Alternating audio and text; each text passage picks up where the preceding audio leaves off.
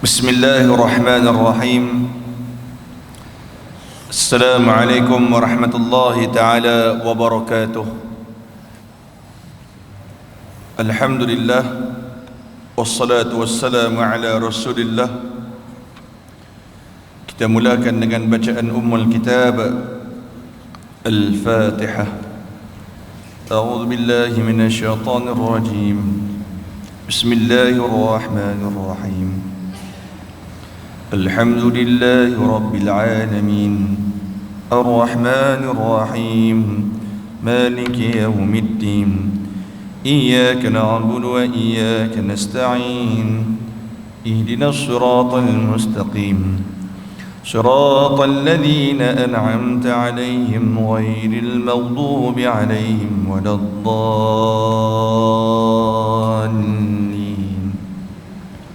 آمين. Alhamdulillah Rabbil Alamin. Wassalatu wassalamu ala ashrafil anbiya'i wal mursalin wa ala alihi wa ashabihi ajma'in. Subhanaka la ilma lana illa ma 'allamtana innaka antal alimul hakim. Qala rabbi shrah li sadri wa yassir li amri wahlul 'uqdatam min lisani yafqahu qawli. Allahumma faqihna fid din wa 'allimna ta'wil واهدنا إلى صراطك المستقيم. ربي يسر ولا تعسر ربي تمم بالخير ولا حول ولا قوة إلا بالله العلي العظيم. أما بعد.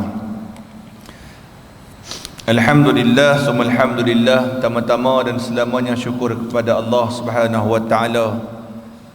Pagi ni celik mata daripada tidur, Allah bagi hidup lagi. Dan alhamdulillah Allah masih panjangkan umur kita pagi ini dalam keadaan Allah masih kurniakan kita iman. Allah bagi lagi kita Islam. Dan kita berdoa kepada Allah agar ditetapkan iman dan Islam sampailah kita bertemu Allah Azza wa Jalla, iaitu hari yang mana kita akan meninggalkan semua urusan, semua harta, semua ahli saudara kita di atas muka bumi ini, yang mana semua orang akan melalui fasa tersebut. Semua orang akan melalui fasa kematian, fasa sakaratul maut. Mudah-mudahan iman dan Islam itu bersama-sama dengan kita sampailah kita datang dan kita hampir ataupun kita datang dan masuk melalui fasa tersebut. Amin ya rabbal alamin. Kena doa tuan-tuan, sebab usaha syaitan dan iblis sampai mati, sampai kita mati, mereka punya usaha untuk mempesongkan kita, untuk menjauhkan kita. Sebab tu waktu nak hampir mati pun kita kena doa sebelum nak dekat mati. Sampailah kita mati, kita minta Allah Ta'ala kekalkan iman dan Islam. Baik, insya-Allah tuan-tuan, sebelum pergi lebih lanjut macam biasa tuan-tuan, jangan lupa niat i'tikaf, nawaitul i'tikaf fi hadzal masjid. Duk lelok sanak lelok. Niat dulu, takut terlajak lena. Noh, sanak-sanak lelok. Baik. Kita akan sambung kitab Mukhtasar Al-Kabair kita pada muka surat yang ke-121.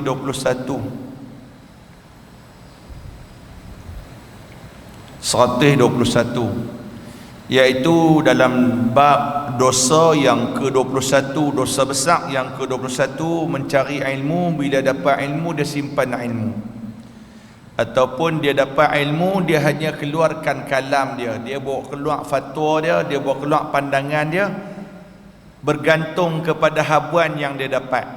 Kalau tak ada habuan dunia dia diam, kalau ada habuan dunia baru dia bawa keluar cakap, dia bawa keluar fatwa dia, dia bawa keluar pandangan dia yang tu.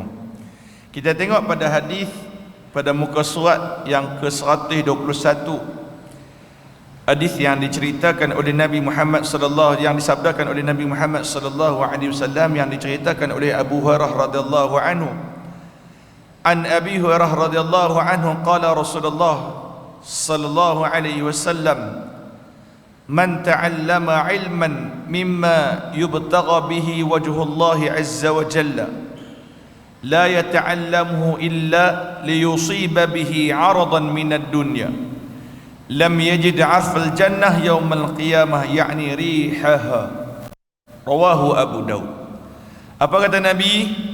Siapa-siapa yang belajar ilmu yang sepatutnya mimma yubtagha bihi wajhullah, sepatutnya ilmu tersebut yubtagha bihi wajhullah, boleh diguna pakai untuk mendapat redha Allah, akan tetapi sebaliknya la yata'allamuhu illa, dia belajar tu tak lain tak bukan untuk mendapat habuan dunia. Belajar ilmu ni untuk dapat title, untuk dapat gelaran, untuk dapat pujian, habuan dunia, upah dunia. Maka apa kata Nabi? Maka golongan tersebut lam yajid arfal jannah, tidak akan mengetahui tentang syurga pada hari kiamat nanti. Apa maksud Nabi? Yakni rihaha, bau syurga pun tak boleh nak bau. Syurga ni boleh dihidu 500 tahun perjalanan. Sebelum masuk syurga tu, bau wangi syurga tu boleh bau dah 500 tahun perjalanan. Tapi golongan yang Nabi sebut ni, golongan tersebut bau syurga pun tak boleh, apatah lagi nak masuk dalam syurga. Telah juga disebut sebelum ini hadis yang diriwayatkan oleh Abu Hurairah, bagaimana hal keadaan 3 golongan manusia yang dihumban ke dalam api neraka. Salah satunya golongan hak ni, golongan hak ni, yang mana dalam satu hadis Nabi kata apa? 3 golongan. Ni yang kita pernah mengaji dulu.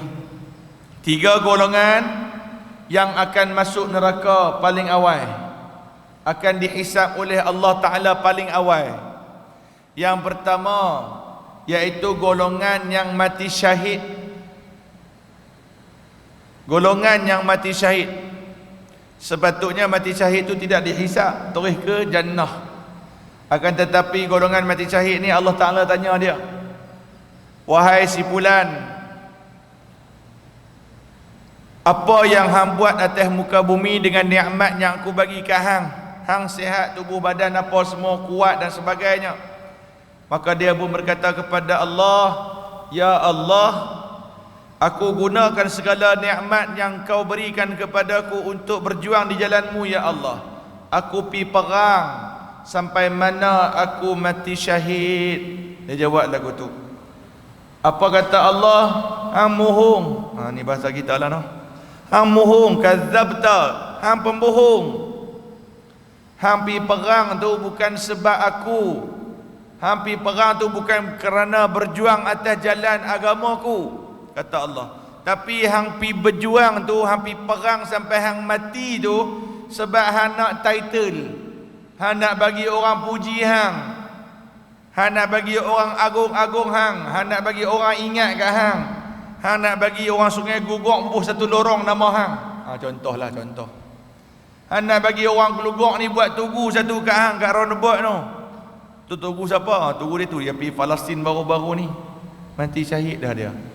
Contoh, dia pergi perang bukan kerana Allah, bukan kerana agama, tapi dia nak orang puji dia. Maka apa kata Allah? Masuklah kamu ke dalam neraka. Maka Allah perintahkan malaikat tarik golongan tersebut, hak mati syahid tu, hak mati perang tu, masuk dalam neraka Allah dalam keadaan muka terseret di lantai neraka Allah Subhanahu wa ta'ala. Tu tera berjuang, tapi rupanya kerana apa? Kerana manusia lalai masuk dalam neraka Allah Subhanahu wa ta'ala dalam keadaan muka diheret di lantai neraka Allah Subhanahu wa ta'ala. Wa'alaikumsalam. Dan golongan yang kedua iaitu golongan dermawan, duit banyak. Duit banyak ni tuan-tuan, lagi banyak duit atas muka bumi, lagi lama kita kena hisap di akhirat sana nanti. Lagi kaya kita atas muka bumi, lagi lama kita dihisap atas di akhirat sana nanti. Summa latus'alunna yawma idzin 'anin na'im. Setiap nikmat yang kami berikan kepada kamu, setiap itulah kami akan persoalkan dia. Jawab depan Allah. Kan, maka Allah Ta'ala tanya, wahai si fulan, apa yang hang buat dengan nikmat yang aku bagi kat hang kaya tu? Dia pun abang, ya Allah, kau beri aku kekayaan, maka aku gunakan kekayaan itu di jalan-Mu ya Allah. Aku rajin sedekah, aku rajin wakaf, aku rajin sumbang kat mana-mana tempat, termasuklah masjid apa semua. Maka apa kata Allah Ta'ala? Hang bohong. Hang bohong sebab hang derma tu, hang wakaf ke hang sumbang tu bukan kerana aku. Hang sumbang tu sebab nak orang panggil hang dermawan. Hang sumbang tu nak bagi orang panggil kat hang pemurah. Dia ni lah orang pemurah ni.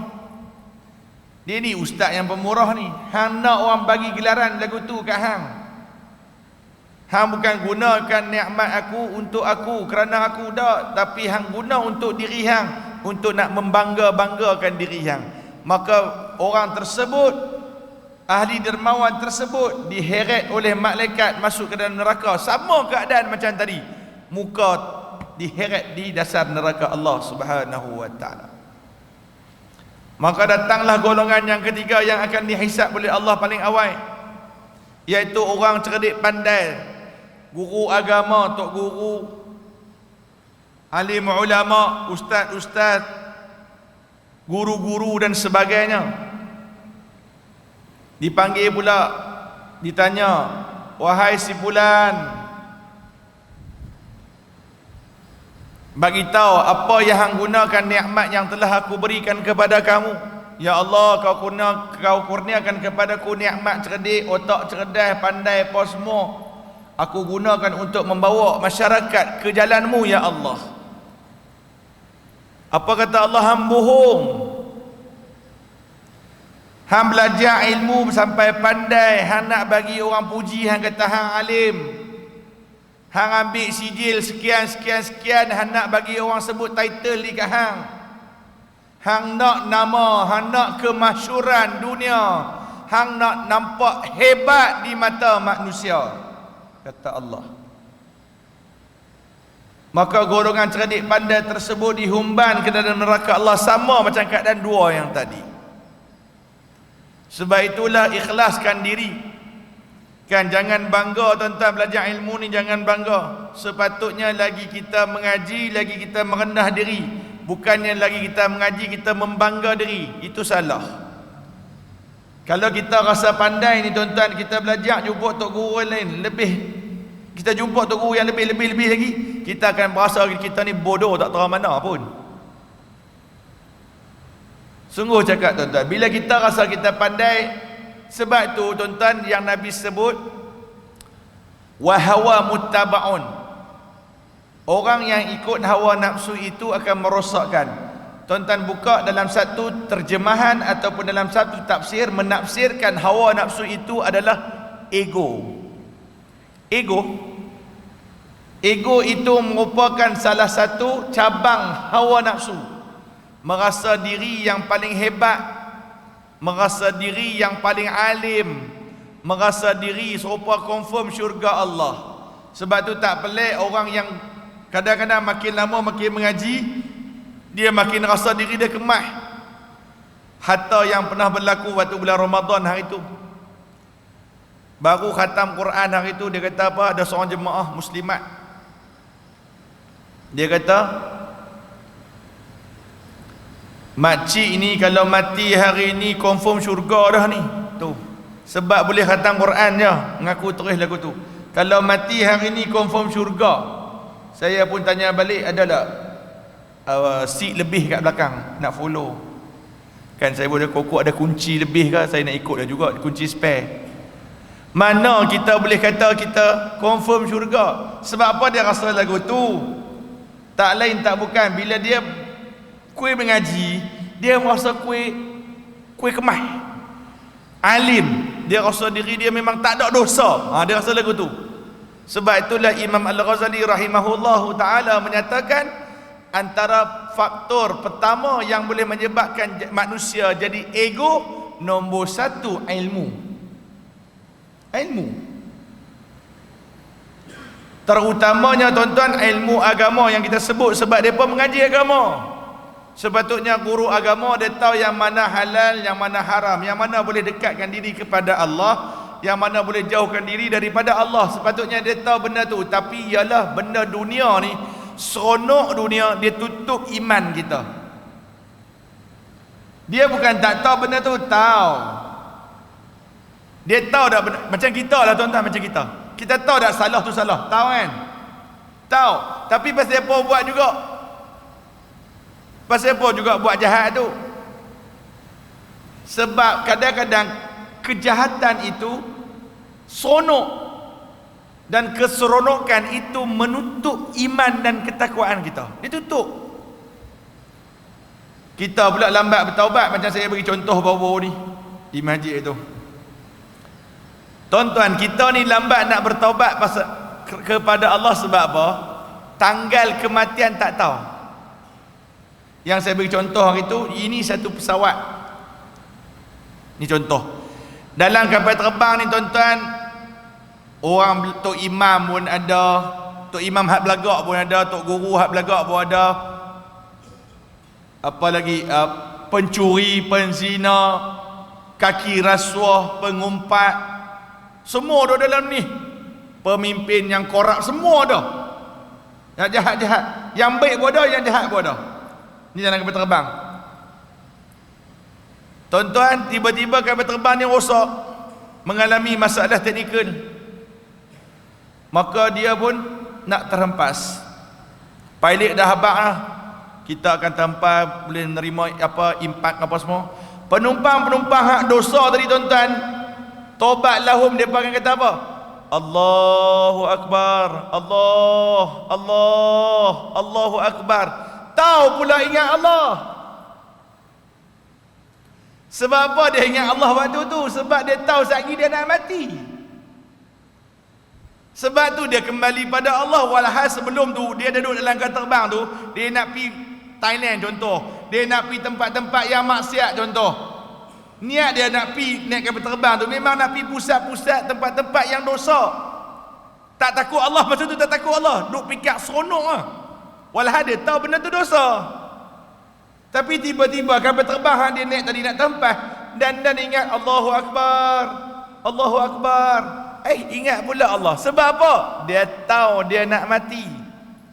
Manusia ni kalau dia tahu dia mati, bila? Pasti dia segera taubat pada Allah Subhanahu wa taala. Sebab tak tahu mati bila?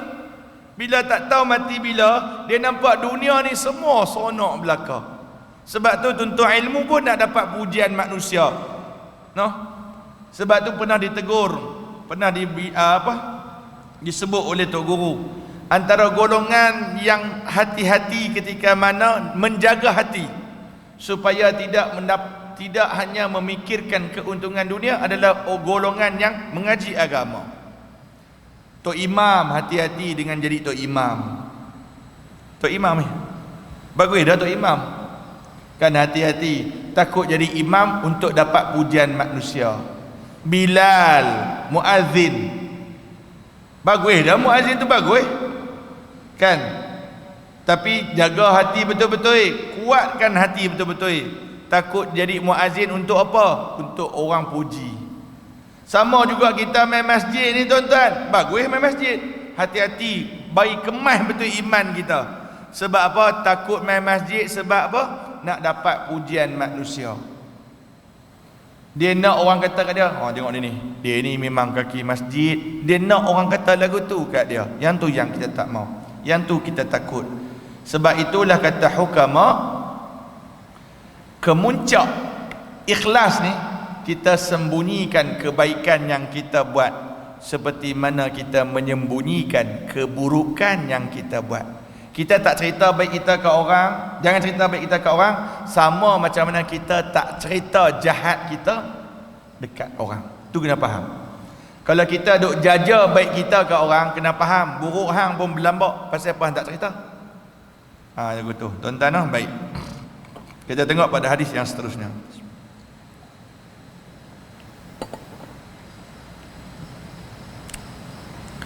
Nabi Muhammad sallallahu alaihi wasallam bersabda,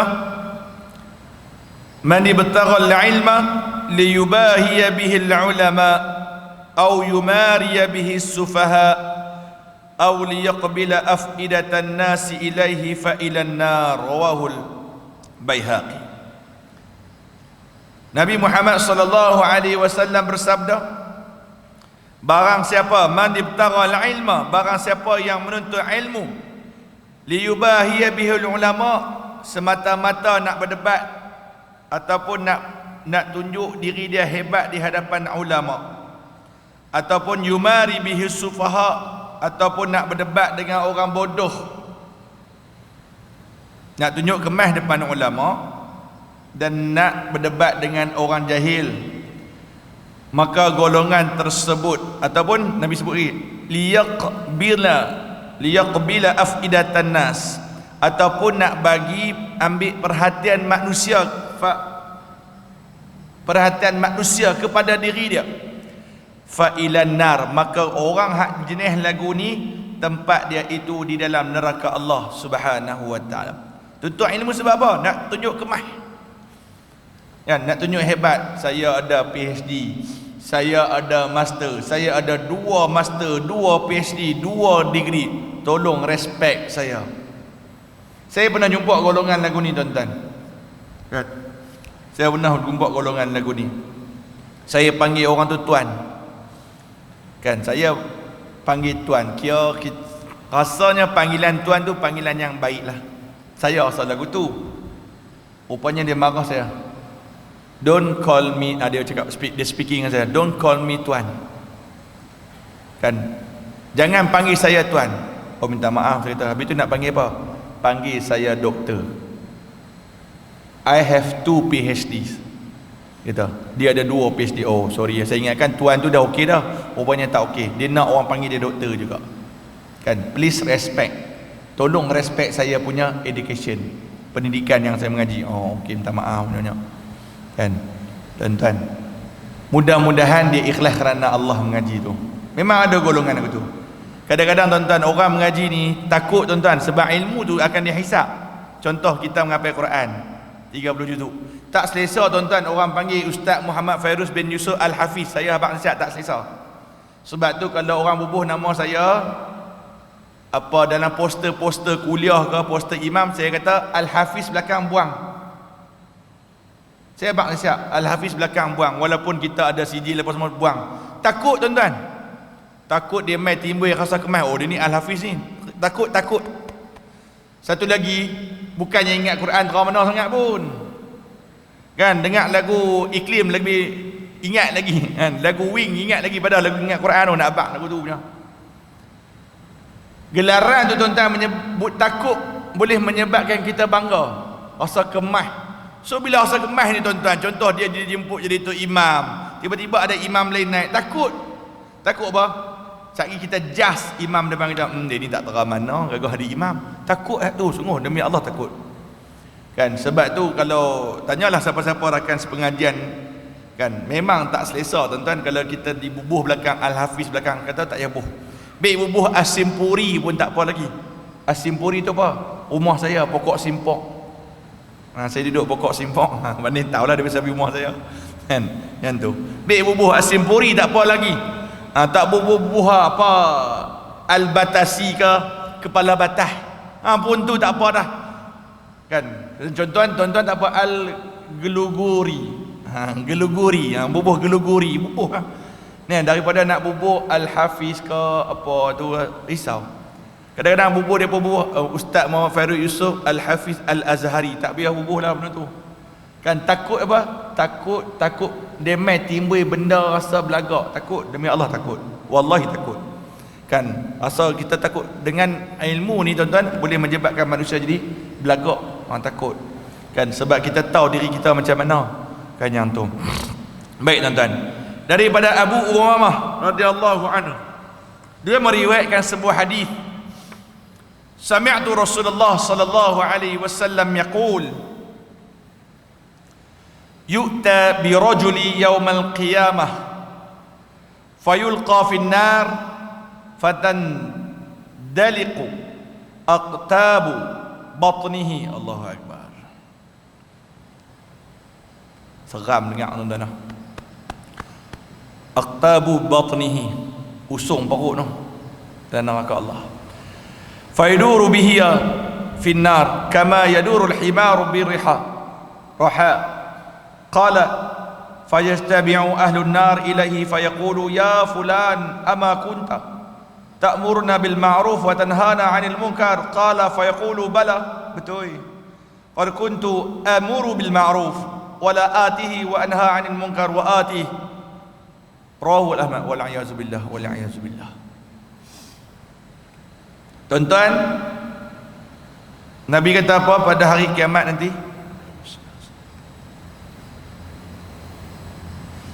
Akan dibawa menghadap Allah di dalam neraka Allah. Akan dihumban seseorang itu di dalam neraka Allah, iaitu seorang yang alim.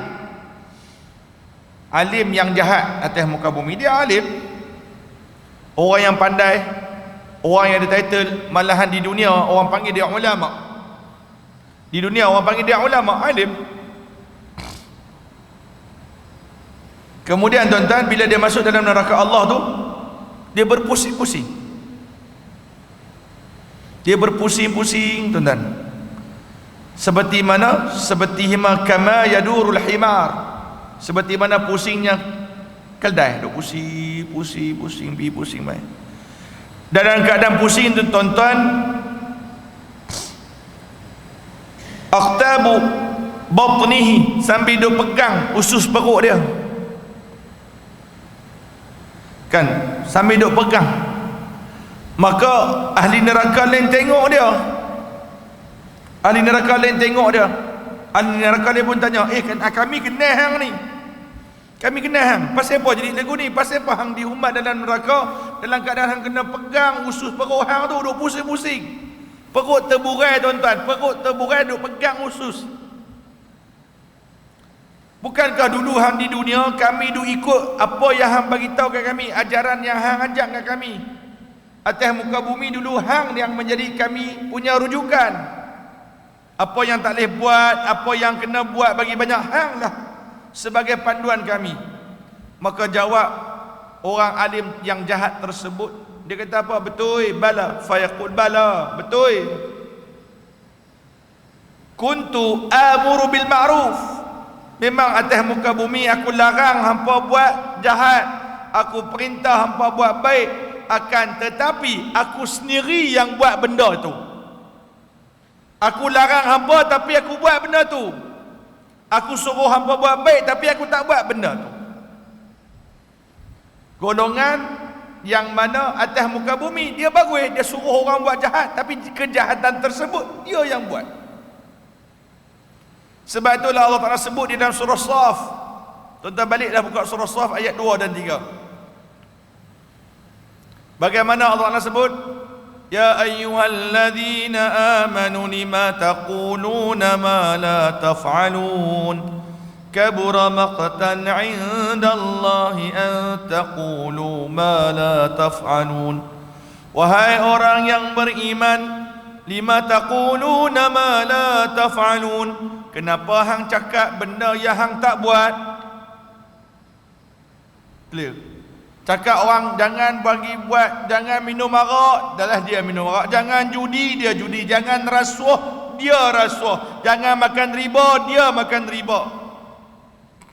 Kabura maqtan 'indallahi an taqulu ma la taf'alun.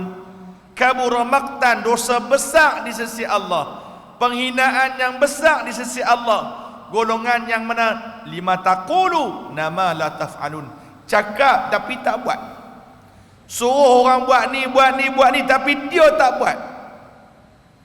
Dan Allah Ta'ala sebut lagi di dalam surah Al-Baqarah ayat yang ke-44, bagaimana Allah Ta'ala sebut, atamuruna an-nasa bil birri wa tansawna anfusakum wa antum tatluna al-kitab afala taqilun. Apa Allah Ta'ala sebut? Atamuruna an-nasa bil bir, kenapa hampa suruh manusia buat baik, wa tansawna anfusakum, tapi hampa lupa diri hampa. Suruh orang buat baik bagus, tapi kita buat baik juga. Larang orang buat jahat tu bagus. Clear? Kita kata jangan mengumpat, orang tak baik dosa, kita pun jangan mengumpat. Jangan mencuri, kita pun jangan mencuri. Jangan makan rasuah, kita pun jangan makan rasuah. Jangan pecah amanah, kita pun jangan pecah amanah. Jangan dengki ke orang, kita pun jangan dengki ke orang. Allah Ta'ala sebut, atamuruna an-nasa bil birri wa tansawna anfusakum, surah Al-Baqarah ayat yang ke-44. Bagaimana Allah Ta'ala sebut, hampa suruh orang baik tapi hampa lupa dari hampa. Wa antum tatluna kitab, sedangkan hampa baca kitab, hampa tahu. Ni golongan ni, golongan alim ni, dia tahu benda tu. Sebab tu pada penghabisan ayat Allah Ta'ala sebut, afala taqinun, tak ada otak ke, tak fikir ke benda tu. Ni bahasa kita lah. Allah Ta'ala sebut afala taqilun, adakah kamu tidak menggunakan akal? Tak ada akal ke nak fikir hak mana baik, hak mana buruk? Hang dah suruh orang buat jahat, tengok-tengok jahat tu hang buat. Dah pasal apa? Sebab itulah golongan yang sedemikian, tuan-tuan, di akhirat sana nanti akan pegang usus perut mereka, berpusing-pusing dalam neraka seperti orang yang bengong tak ada hala tuju. Wal'iyazubillah. Sebab itu tuan-tuan, belajarlah ilmu kerana Allah Subhanahu wa taala. Sampaikanlah ilmu pun kerana Allah Subhanahu wa taala. Ingatlah, pelaburan dengan Allah itu sangat berbaloi berbanding kita nak pelaburan di dunia semata-mata. Wallahu taala alam. Saya berhenti dekat ni, tuan-tuan.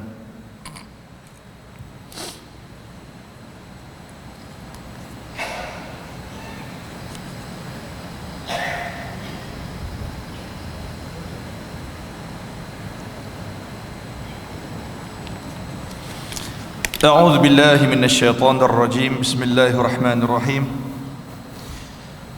الحمد لله رب العالمين، والصلاة والسلام على أشرف الأنبياء والمرسلين وعلى آله وأصحابه أجمعين. اللهم إنا نعوذ بك من منكرات الأعمال والأخلاق والأهواء والأدواء. Ya Allah, ya Tuhan kami berlindung denganmu ya Allah. Lindungilah kami ya Allah daripada keburukan perangai, keburukan amalan perbuatan.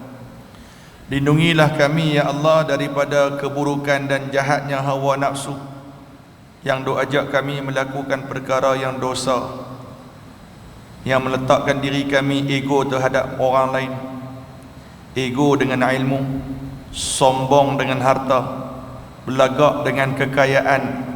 Lindungilah kami ya Allah. Lindungilah kami juga ya Allah daripada keburukan dan bahayanya penyakit-penyakit yang ada di atas muka bumi ini ya Allah.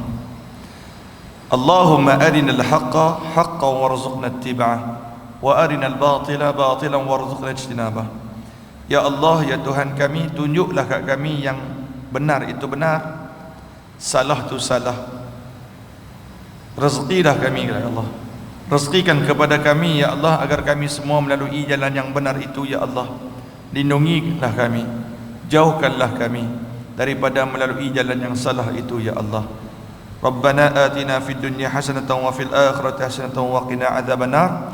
Wassallallahu ala sayyidina Muhammad wa ala alihi wa ashabihi ajma'in walhamdulillahi rabbil alamin. Yang baik itu daripada Allah Subhanahu wa taala, salah dan silap terkasak bahasa daripada kelemahan saya sendiri. Kita tutup majlis kita dengan kafaratul majlis dan suratul Nas. Subhanallah.